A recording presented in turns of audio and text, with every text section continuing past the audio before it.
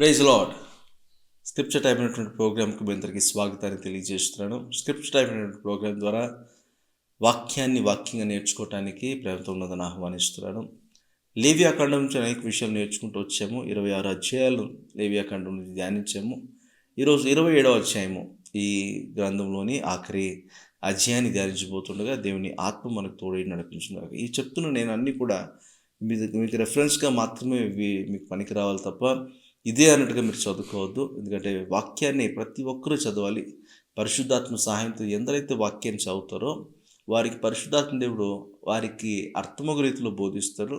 ఒకవేళ మీరు ఎక్కడైనా స్టక్ అయిపోయారు, మీకు అర్థం కావట్లేదు, మీకు కన్ఫ్యూజన్ ఉంది అన్నప్పుడు ఇలాంటి వీడియోస్ మీరు చూసి మరి మీ డౌట్స్ని క్లారిఫై చేసుకోవడానికి ఇలాంటి వీడియోస్ను మరి మీరు చూడొచ్చని మీకు మనం చేస్తున్నాను. లేవియాకాండంలోని 27వ అధ్యాయం ఆఖరి అధ్యాయాన్ని ధ్యానిద్దాం. 27వ అధ్యాయంలో ఎవరైనా దేవునికి మొక్కుబడులు చెల్లించుకున్నప్పుడు, ఏదైనా మొక్కుబడి చేసుకున్నప్పుడు ఆ మొక్కుబడికి సంబంధించిన విషయాన్ని ఒకవేళ వారు తిరిగి వారు కావాలి అని అనుకుంటే దాన్ని ఎలా స్వతంత్రించుకోవచ్చో, ఎలా దాన్ని విమోచించుకోవచ్చో దానికి సంబంధించిన విషయాలన్నీ కూడా ఇందులో రాయబడినట్టుగా మనం చూస్తాం. 27వ అధ్యాయంలో మొదటి 2 వచనాల్లో చూసినప్పుడు ఒక మనిషి ఏదన్నా దేవుని కొరకు ఒక మొక్కుబడిగా ఉండటానికి ఒక వ్యక్తిని సమర్పిస్తే ఆ వ్యక్తిని ఎలా విమోచించుకోవచ్చు, స్వతంత్రించుకోవచ్చు అనే విషయాన్ని గురించి దేవుడు కొన్ని ఆజ్ఞలను అక్కడ ఇచ్చినట్టుగా మనం చూస్తున్నాము. మొదటగా వాల్యుయేషన్ వేస్తారంట. అది ఎలా ఉంటుందో చూద్దాము. 3 నుంచి 7 వచనాలు చూసినప్పుడు ఒక్కొక్క వాల్యుయేషన్ వేస్తారు. ఒక్కొక్క పర్సన్కి, ఒక్కొక్క వ్యక్తికి సంబంధించి వారి ఏజ్ని బట్టి వాళ్ళు పురుషుడైతే ఒక వాల్యుయేషను, స్త్రీ అయితే ఒక వాల్యుయేషన్ వేసి వారికి ఒక ధర కేటాయించడం మనం చూస్తాం. ఇక్కడ ఆ వాల్యుయేషన్ ఎవరు చేస్తారంటే యాజకులైన వారు చేస్తారు. వారు ఒక పట్టికను బట్టి వారు ఆ విధంగా వారు ఫాలో చేయాల్సి ఉంటుంది. ఒకవేళ ఆ వ్యక్తి దేవునికి మొక్కుబడిగా చెల్లించబడకుండా అతన్ని విడిపించుకోవాలని ఆశపడితే ఒక చార్ట్ మీకు వస్తున్నట్టుగా మీరు చార్ట్ చూడగలిగితే అక్కడ మీకు ఉంటుంది. ఆ చార్ట్లో మొదటి 4 సంవత్సరాల వయసులో ఉన్న వారికి పురుషునికైతే 5 షెకెళ్ళు, స్త్రీకైతే 3 షెకెళ్ళు. 5 నుంచి 19 ఏళ్ళ వయసు ఉన్నట్లయితే పురుషునికైతే 20 షెకెళ్ళు, స్త్రీకైతే 10 షెకెళ్ళు. 20 నుంచి 59 వయసు గల వ్యక్తులు ఎవరైనా ఉంటే పురుషునికి 50 షెకెళ్ళు, స్త్రీకి 30 షెకెళ్ళు. 60 లేదా పైబడిన వయసు కలిగిన వారికి పురుషునికైతే 15 షెకెళ్ళు, స్త్రీకైతే 10 షెకెళ్ళు చొప్పున వారు విడిపించబడ్డానికి ఒక క్రైదన, ఒక వాల్యుయేషన్ వారికి ఇవ్వడం జరిగింది. ఎవరైతే ఆ మొక్కుబడి చెల్లించుకోకుండా మొక్కుబడిని తీర్చుకోవాలి, అయితే వస్తు రూపంలో అంటే వ్యక్తి రూపంలో కాకుండా ఆ మొక్కుబడికి సంబంధించిన వాల్యుయేషన్ వారు పే చేసేస్తే ఆ మనిషిని చెల్లించాల్సిన అవసరం లేదు అనే మాటను అక్కడ చూస్తాం. 8వ వచనంలో చూసినప్పుడు కూడా పేదవారికి కూడా కొన్ని మొక్కుబడులు చేస్తూ ఉంటారు. అయితే పేదవాళ్ళు మరి ఈ వాల్యుయేషన్ బట్టి ఒకవేళ వారు విడిపించుకోలేని పరిస్థితి వస్తే కూడా వారి కోసం కూడా దేవుడు ఒక మార్గాన్ని తెరిచాడు. అదేంటంటే వారు ఆ రుసుమును చెల్లించలేని పక్షంలో వారు యాజకుని దగ్గరికి వెళ్ళి తాము కనపరుచుకొని పరిస్థితిని వివరించుకొని అప్పుడు యాజకుడు వారు కట్టగలిగినంత స్తోమతను ఆధారం చేసుకొని దాన్ని పరిగణలోకి తీసుకుని వారు ఎంత కట్టచ్చో అప్పుడు నిర్ణయిస్తారు. దాన్ని బట్టి కూడా వారు దాన్ని విమోచించుకునేటువంటి వెసులుబాటును దేవుడు కల్పించాడు. దేవుడు అందరినీ ఎలా డీల్ చేస్తున్నాడో చూడండి. మనం కూడా ఇలాంటి ఆలోచన విధానాన్ని మన జీవిత విధానంలో కలిగి ఉండటం నేర్చుకోవాలని ఇది మనకు రాసించాడు దేవుడు. ఇంకా చూస్తే మనము 9 నుంచి 13 వచనాలలో చూస్తే అక్కడ మాటల్లో మనం చూస్తాము. సరే, వ్యక్తులకైతే షెకెళ్ళు అవి ఇవి చెప్పారు. మరి ఒకవేళ నేను మొక్కుబడిగా జంతువులను ఇస్తాను అనుకున్నాను, మరి ఆ జంతువులను ఎలా నేను విడిపించుకోవాలి అని అంటే దానికి కూడా కొన్ని ఆజ్ఞలను దేవుడు జారీ చేసినట్టుగా చూస్తాం. ఒకవేళ అది మంచిదైతే లేకపోతే అది ఒక డిఫెక్టివ్ అయితే దానికి ఎంత చెల్లించాల్సి ఉంటుంది. తర్వాత 5% అంటే ఒక 20% అందులో ఉంది 5వ వంతు అందులో దానికి అడిషనల్గా చెల్లించాల్సి ఉంటుంది అని కూడా దేవుడు అక్కడ వారికి తెలియజేసినట్టుగా తెలుస్తుంది. మరి ఒకవేళ ఇల్లు కొంతమంది తాకట్టు పెట్టినట్టుగా అన్నట్టుగా దేవునికి ఒకవేళ ఒక ఇంటిని కనుక వారు మొక్కుబడిగా అనుకుని ఉంటే ఆ ఇంటికి సంబంధించి కూడా వారు 5వ వంతు దానికి చెల్లించి అడిషనల్గా దాన్ని విడిపించుకోవచ్చు అని చూస్తున్నాం. ఒకవేళ ఎవరికైనా అలాట్ చేయబడింది ఇల్లు, ఫ్యామిలీ, ఆ ఫ్యామిలీకి ఒక ల్యాండ్ అలాట్ చేయబడితే దాన్ని విడిపించుకోవాలి అంటే కూడా 16-21 వచనంలో చూసినప్పుడు దానికి సంబంధించిన వాల్యుయేషన్కి సంబంధించి ఒకవేళ ఎప్పుడైతే ఇయర్ ఆఫ్ జూబిలీ హితవత్సరం వచ్చినప్పుడు దాన్ని విడిపించుకోవాల్సిన సమయం వచ్చినప్పుడు దానికి ఎంత చెల్లించాలో దాని గురించిన ప్రస్తావన ఇక్కడ మనకు కనపడుతుంది. అయితే మీకు అలాట్ చేయబడలేదు ఒక ల్యాండ్, దాన్ని కూడా మీరు స్వతంత్రించుకోవాలనుకుంటే దానికి కూడా వెసులుబాటును దేవుడు కల్పించాడు. 22-25 వచనాల్లో చూస్తే దానికి సంబంధించినటువంటి వివరణ మీకు అక్కడ కనపడుతుంది.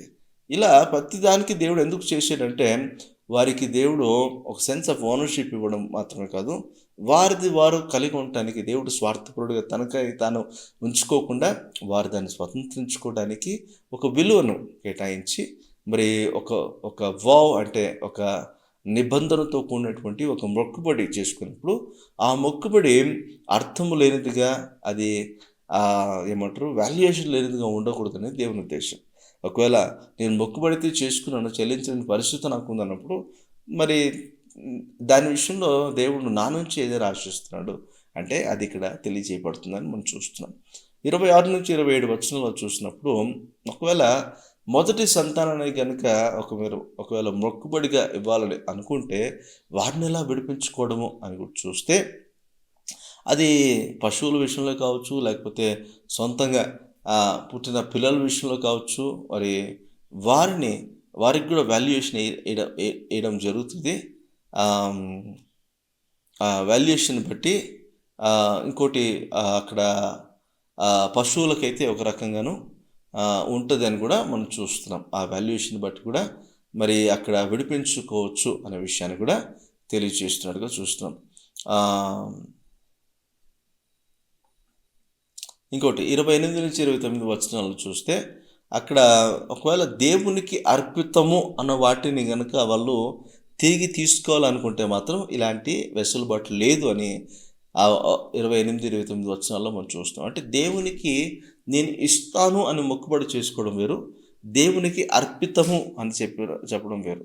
అర్పితం అన్నది దేవునికి పూర్ణ హృదయంతో అర్పించేశారు కాబట్టి ఇక మరలా దాని విషయంలో ఎక్కువ ఆలోచన చేయొద్దు. మన జీవితాలు అనేది దేవునికి అర్పితం చేయబడాలి. దాని విషయంలో డబ్బు చెల్లించి నేను నా జీవితాన్ని వెనక్కి తీసుకుంటానంటే కుదరదు.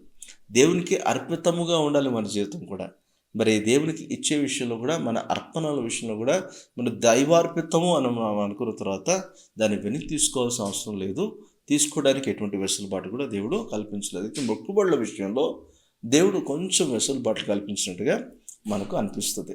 అయితే ఇంకా మనం చూస్తే దశమ భాగాల గురించి కూడా ఈ కాన్సెప్ట్ చాలా ప్రభావవంతమైన కాన్సెప్ట్. ఏంటంటే దశమ భాగాల విషయంలో చాలామందికి అనేకమైన డౌట్స్ ఉంటాయి, అనేకమైన సరైన అవగాహన ఉండదు. అయితే ఒక్కో రకంగా పాటిస్తూ ఉంటారు. అయితే దశమ భాగం విషయంలో కూడా దేవుడు కొన్ని వెసులుబాట్లు వారికి కల్పించినట్టుగా మనం చూస్తాము. 30-33 వచనాలు గల మాటను గమనిస్తే అక్కడ చూడొచ్చు, దేవునికి అర్పితము అది మీ ప్రథమ ఫలం కావచ్చు, లేకపోతే ఏదైనా సరే దేవునికి మీరు ఇవ్వవలసినది అది దైవార్పితమే, దాన్ని మీరు రిడీమ్ చేసుకోవడానికి కుదరదు. కానీ లేదు నేను విడిపించుకోవాలనుకుంటే దాని విషయంలో మీరు 5వ వంతు ఎక్స్ట్రాగా మీరు ఇచ్చి విడిపించుకోవచ్చు అని కూడా చెప్పడం జరుగుతుంది. అయితే ఏది కూడా ఒకవేళ ఒక వస్తు రూపంలో కానీ లేకపోతే ఒక జంతు రూపంలో కానీ మీరు దశమ భాగాన్ని మీరు ఇస్తున్నట్లయితే అది దాని విషయంలో కూడా కొన్ని నియమాలను దేవుడు అక్కడ ఇచ్చినట్టుగా చూస్తుంది. దేవుని వాక్యాన్ని చూడండి, మనుషులు చెప్పేదాన్ని బట్టి వెళ్ళొద్దు. దేవుని వాక్యంలో దశమ భాగం నుంచి ఏముందో నిశ్చితంగా పరిశీలించి చదవండి, అర్థం చేసుకోండి, కాంటెక్స్ట్ సందర్భాన్ని అర్థం చేసుకోండి, అది మీకు వర్తించదో అర్థం చేసుకోండి. దాన్ని బట్టి మీరు చేయటానికి, దైవార్పితముగా దాన్ని చేయటానికి, మీ బాధ్యతగా దాన్ని చేయటానికి ఇష్టపడండి.